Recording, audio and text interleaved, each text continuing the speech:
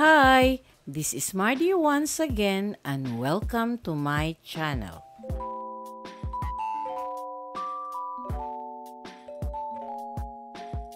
Hello mga kababayan! Welcome to At Home with Mardy. Did you know that one of our former presidents was a top-notch lawyer, a poet, and a bold economic reformer? That's right, we're talking about Carlos P. Garcia, a man whose legacy is way more fascinating than you probably remember from your history books.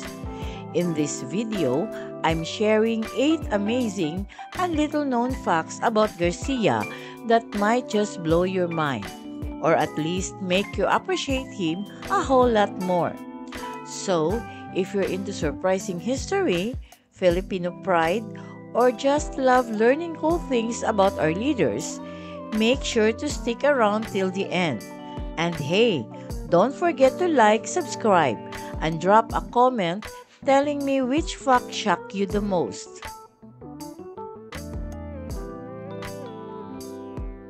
If you are new to my YouTube channel, please don't forget to like, comment, and subscribe.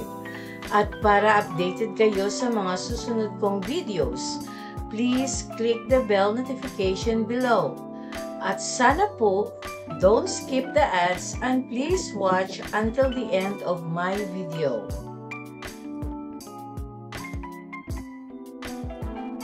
Number 1, Carlos P. Garcia was a poet and a president.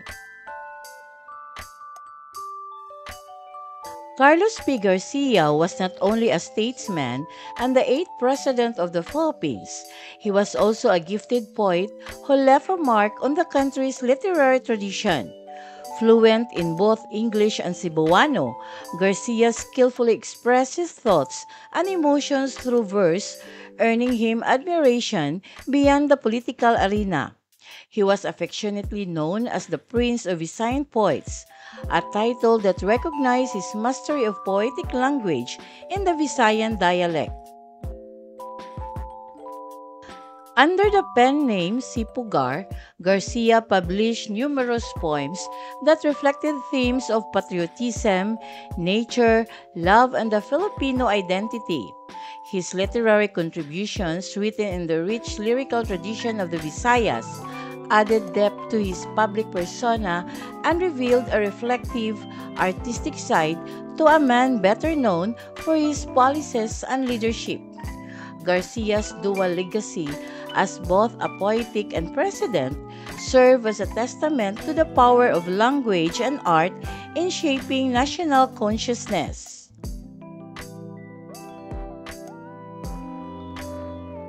Number 2, Filipino First policy advocate. During his presidency, Carlos P. Garcia championed the Filipino First policy, a bold and nationalistic economic doctrine that aimed to empower Filipino businesses and promote economic independence. Implemented in the late 1950s, this policy prioritized Filipino entrepreneurs and industries over foreign investors, particularly in the areas such as trade, retail, and manufacturing. Garcia believed that true political sovereignty could not be achieved without economic self-reliance.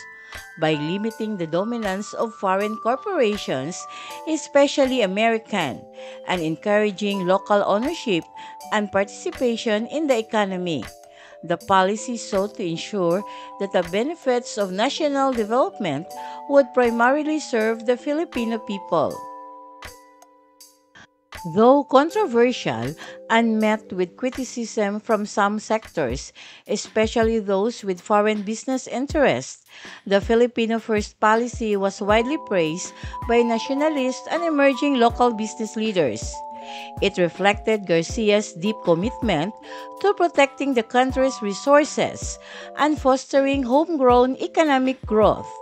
The policy left a lasting impact on the national conversation around economic nationalism and remains a significant milestone in the history of Philippine economic policy.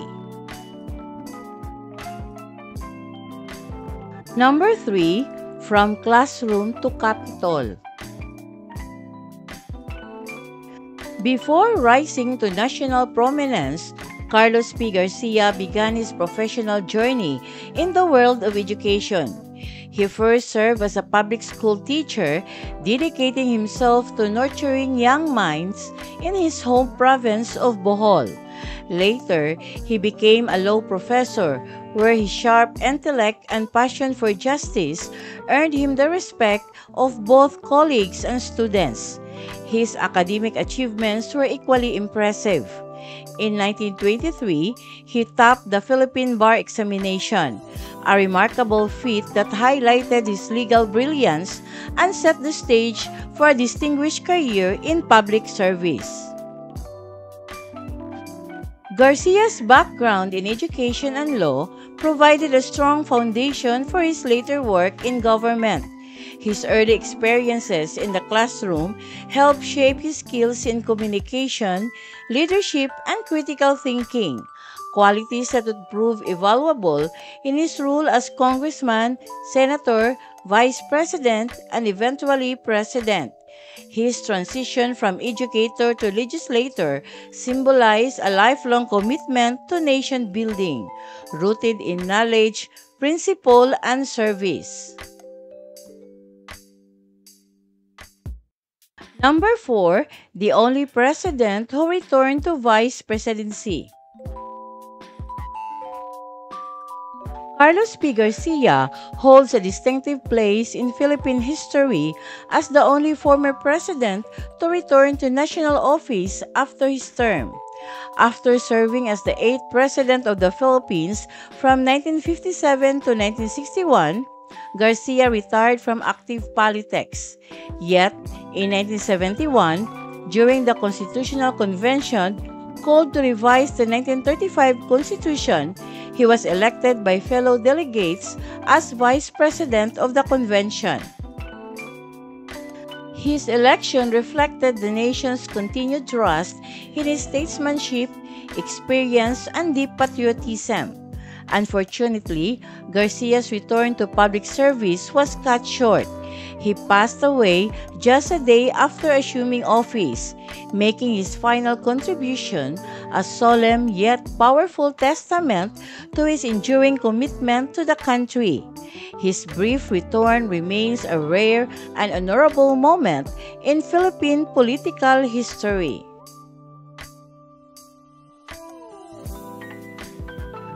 Number 5, shortest post-presidency.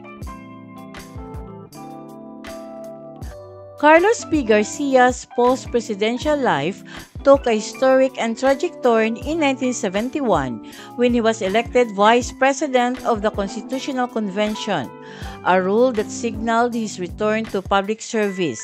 However, fate intervened. Just one day after taking his oath of office, Garcia passed away on June 14, 1971 due to heart attack. This made his post-presidency the shortest in Philippine history, a poignant end to the life of a man who had devoted decades to serving the nation in both political and civic capacities.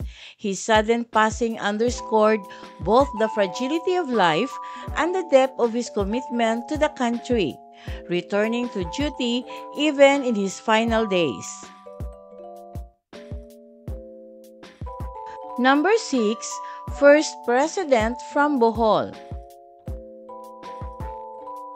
Carlos P. Garcia was born in Talibon, Bohol, making him the first president to come from both the province and the Visayan region. Proud of his Visayan heritage, Garcia often highlighted his roots and worked to promote the culture and interest of the Visayas. His presidency helped raise the region's profile to the national stage, encouraging greater recognition of the Visayan people's contributions to the country. By embracing his identity and advocating for regional development, Garcia inspired future leaders from Bohol and the Visayas to play active roles in Philippine politics and society. Number 7, strong environmental advocacy. Long before environmental protection became a global concern, President Carlos P. Garcia demonstrated a strong commitment to conservation and sustainable development. During his administration, he supported and helped pass several key measures aimed to preserving the country's national resources. Among these were laws promoting reforestation efforts and regulating commercial logging activities, particularly in forest-rich areas that were vulnerable to exploitation. Garcia recognized the importance of maintaining ecological balance, not only for the environment itself, but also for the long-term welfare of Filipino communities that depended on forests and natural resources for their livelihoods. His policies reflected the early understanding of the need for environmental stewardship, making him one of the pioneering advocates of conservation in Philippine governance. Garcia's initiatives laid the groundwork for future environmental policies and highlighted his broader vision of national development that included responsible resource management.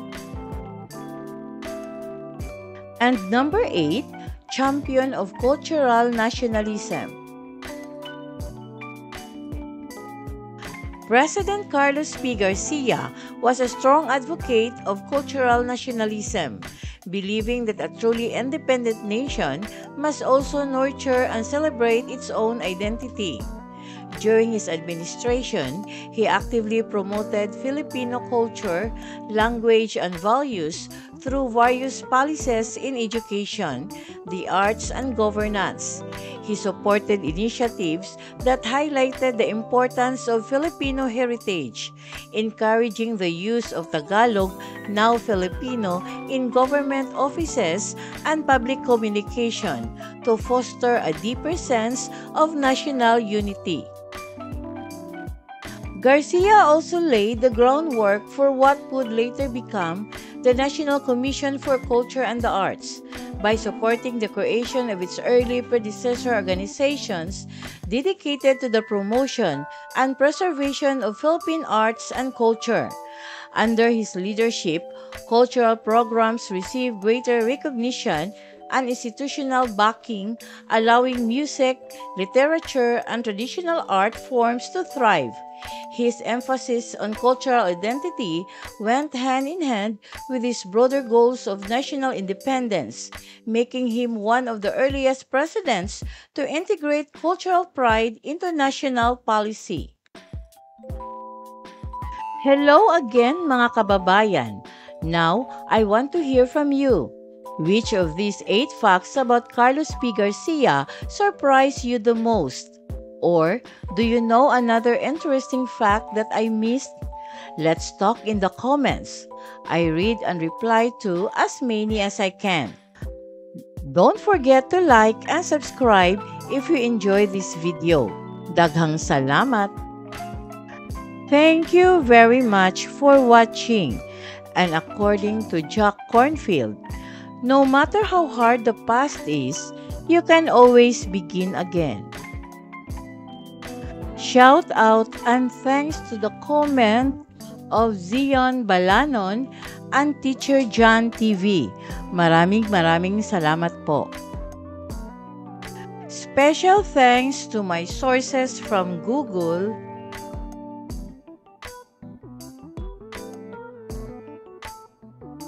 Photo Credits to kahimyang.com, and inspirational quote credits to franshire.com.